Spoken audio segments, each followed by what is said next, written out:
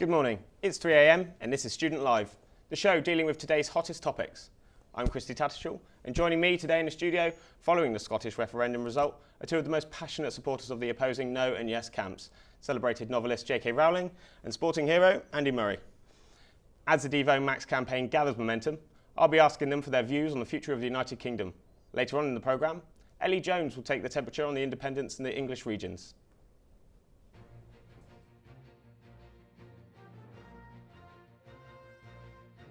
Where there has been a most surprising response to the result. But first, right up to the wire it was too close to call. Alex Salmond risked his political career and David Cameron risked his nation's parliament's powers in the fight to win hearts and minds. In the end, the Nays had it with a 55% of the vote from a staggering 85% turnout. The Scottish people have spoken, but how will the rest of the UK respond? And with me today are two of Britain's greatest cultural heroes to discuss that very question. Joanne Rowling and Andy Murray, welcome to the studio. My first question really is for you, J.K. Rowling. You recently publicly put £1 million into backing the No campaign. What do you feel your money is going towards? How do you feel it's going to benefit the campaign in your favour? Well, first of all, I feel I need to tell you that I did not donate this money out of self-interest at all. It was completely because of my sheer care for the people who it will be affecting if Scotland does gain independence. However, to answer your question directly, the money goes towards admission costs. For example, creating flyers, newspapers, TV programmes, buying radio and airtime. It also goes towards travel costs for everybody involved, and also renting buildings where we can hold meetings where we can do further campaigning. So, in short, my money has gone towards a campaign which I am really passionately supporting. Great. Andy, the world recently found out how you would be voting through the means of the internet on Twitter. Do you regret the way that everybody found out, or the way that everybody sort of reacted to you? Do you feel that you would have done it differently in any other way?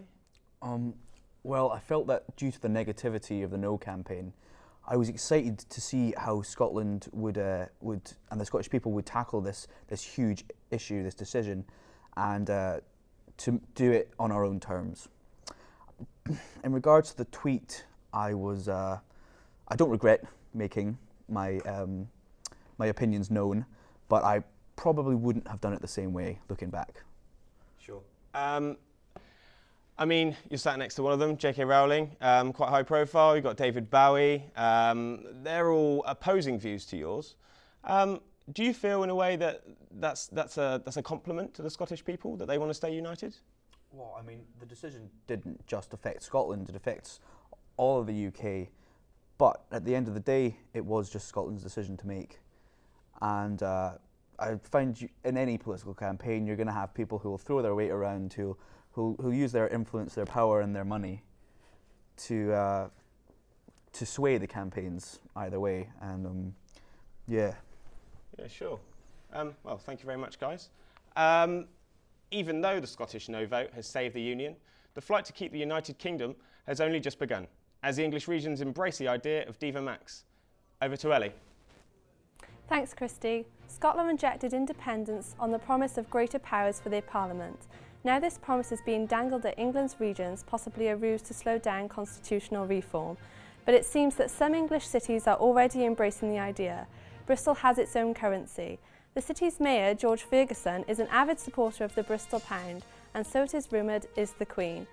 Plans are already being drawn up for a Bristol city flag to be designed by Banksy and a new anthem composed by DJ Ronnie Size. How's that for independence?